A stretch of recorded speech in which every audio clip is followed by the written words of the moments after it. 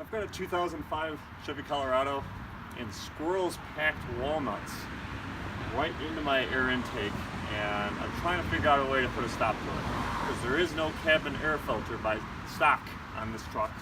And so I've got this plastic piece off the top here so I can have access to the windshield wiper motor. The air intake is on this side, so I'm going to show you what's in there, and I'm going to see if I can figure out a way to make like an aftermarket air filter. So you can see down in there, you've got the air intake.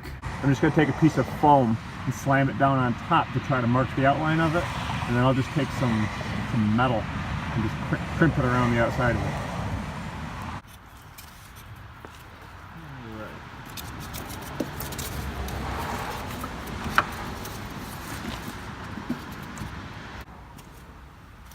I measured the gap of the air intake to be about 7.5 by 3.5, and so I made this about 9.5 by 5.5, and then I cut the corners out. What I'm going to do is just round it, or just square over the edges, and I'll just wrap around it with a zip tie.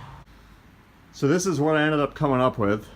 The measurements ended up being a little off. It's like 7.25 this way by 3 7/8 this way, and that seems to wrap around the top of it pretty nice.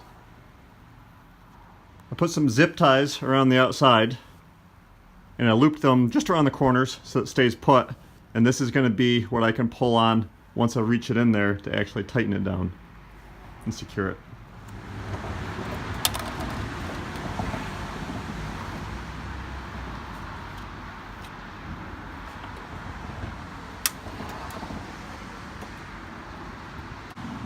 This is what it ended up looking like.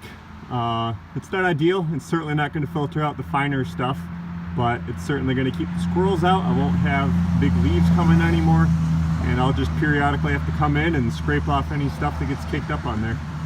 Thanks a lot. Hope this helps.